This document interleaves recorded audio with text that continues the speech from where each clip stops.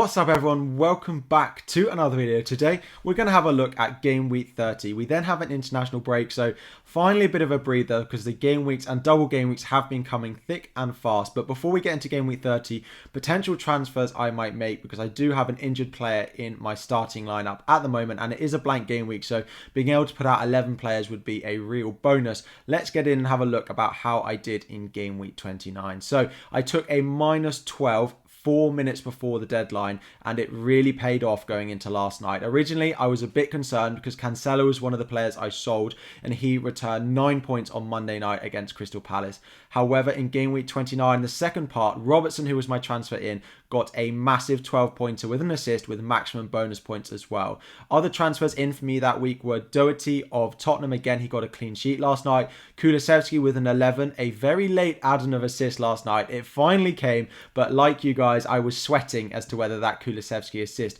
was going to be added or not after the first goal. And then Harry Kane was the final transfer in. Around my team elsewhere, White got some returns, Trent as well, Sarr in goal got a clean sheet. Odegaard and Saka were my only two players to blank, but it's still a 5 because they had a double game week. And then Rafinha with a 5 with a single game week and an assist. So very happy with that, although I was on -12. The players on my bench didn't get any returns as well, which is really positive that I didn't have any bench points this week. In terms of overall performance this game week, I did get 112 points with a -12, which puts me on exactly 100 points for the game week. I have made it into the 100 club for what is, I think, the first game week this season. Now, I had an 82 game week rank, which was massive. However, that is done before your hits are taken, so it wasn't quite as good if you do include my -12. This moved my overall points up to 19,079, so close to 2,000 points. Hopefully next game week will get me there, unless it's an absolutely disaster game week. And it did give me a green arrow from 25k up to 22k. Now, it's a small green arrow because I did take a -12. The start of the game week I was 25k, but the -12 put me down to 31k, so it's still a big green arrow from after those hits were taken up to 22k, so very happy with that. Before game week 28 started, I said to myself, if I can finish game week 30 inside the top 20k with 2 red arrows and a green arrow, I'd be very happy. Now, game week 28 was much worse than I ever thought it would be. However, I didn't expect a green arrow this week. So if I can get a small green arrow going into game week 30 and end inside the top 20k, I will count the last 3 game weeks as a bit of a success, and I can target the final 8 game weeks of the season with 3 chips still to play. So hoping for a green arrow in game week 30. Let's see how I intend to do it. Moving on now to some potential transfers that I could make for game week 30. For me, there's only one player that I'm considering transferring out, and that is Luca Dean. At the moment on my bench, I have Robertson, Trent and Salah. And there's no chance that I'm selling any of those 3, given that the form they've been on and given that they play Watford at home in game week 31. Luca Dean is injured, unlikely to play this week and unlikely to play in the future game weeks as well. And I only really had him in my team looking at game week 30. So he is the main one that I'm considering transferring out. Now, in his place, I would love to go for a Tottenham defender or an Arsenal defender, but I have triple ups from both Tottenham and Arsenal, so I can't go for either of them. The 2 defences that I then look at are Leicester and Wolves. Now, Thomas could go for Soyuncu, I could go for Ricardo Pereira, but at the moment, I'm just so unsure about who is nailed in that Leicester team. The Europa League fixture tonight might give me a bit of a better indication, but Justin could come in and play in place of either Thomas or Pereira, and then Fofana is coming back from injury, could play in the place of either of the 2 centre-backs in Amati or Soyuncu. So again, I don't really think that any of those are nailed. And then they do have a double game week in game week 33. But again, I have absolutely no idea who could play both of those games. The other defence that I could go with is Wolves. However, it would only really be for this week, and they do play a Leeds team that I probably expect to score in this game. Kilman or Saiss would be up there as the most nailed, good for bonus points, and then Saiss has some goal threat. But again, I'm just not that confident on a clean sheet for Wolves in this game week. But it would allow me to put out an extra player this week, which is the real bonus, which is basically 3 points. So my potential transfer would be Luca Dean out, and then either of Thomas, Kilman or Saiss in his place to add a player to my starting lineup. So with those potential transfers in mind, let's get into the important part of how I will line up in game week 30 and some potential captaincy shouts as well this week. So we start off in goal. of course, Jose Sarr has a home fixture against Leeds in game week 30. He's going to play. Foster doesn't have a fixture this week. I do expect Wolves to score, but I have had Sarr for a while looking at this fixture. Hopefully, maybe some save points if he does keep a clean sheet, great, but I expect the Wolves defence to be very highly owned going into game week 30, so not expecting too much. It is the Friday night game, so I'm actually hoping that Leeds score because I do own Rafinha, but let's see what Sarr can get. Next up, we add in triple Arsenal. So again, as I've had in game week 29, I have my triple Arsenal in White, Odegaard and Saka.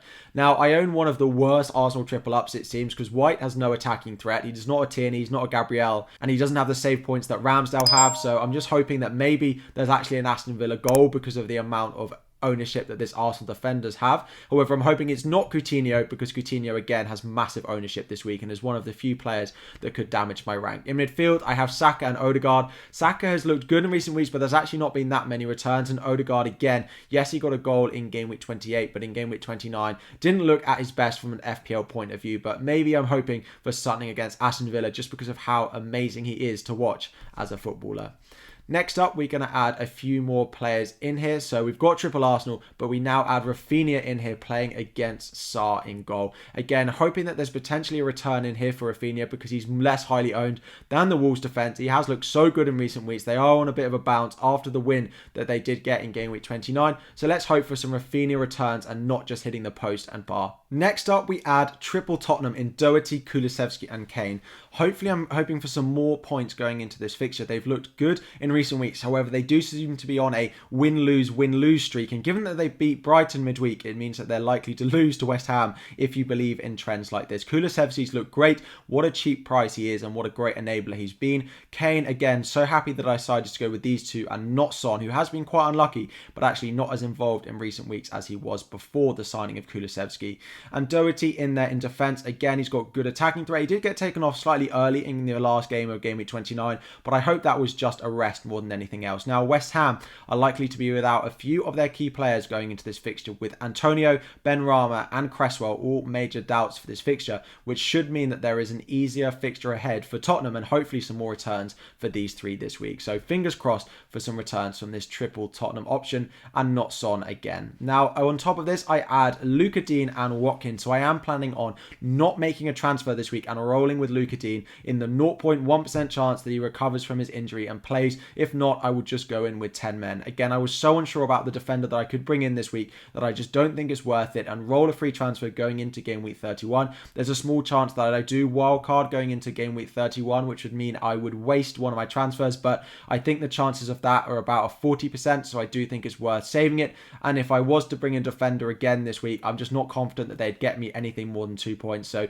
it's just not worth it. Up front, we have Ollie Watkins, who comes back in. Hopefully he can get a goal or something because he's not been a great own for me in recent weeks. He's one of the players that I'm definitely looking to transfer out as soon as this game week 30 fixture is out of the way. And finally, we add in Raul Jimenez of Wolves. So with Hwang likely to be out injured, it does seem like he'll be set to start. He is playing against a Leeds side that have conceded a lot of chances in recent weeks, playing against Rafinha, so I do have a big ownership in that Friday night game. I am hoping for a goal fest between Rafinha and Jimenez, except I don't really see that being a high chance to happen. But that is how I'm lining up a 3-4-3 with Dean in the starting lineup if he does play. If not, I'll be out here with 10 men, which I still think is more than the average. Let me know in the comment section how many players you have available going into game week 30. If you're taking any hits or just general questions on your team, let me know them all in the comment section down below. I'm currently planning, of course, captaining Harry Kane. The form he's in, there's no doubt about that. Vice captain is on Saka at the moment, although that could change given the form that he has shown in front of goal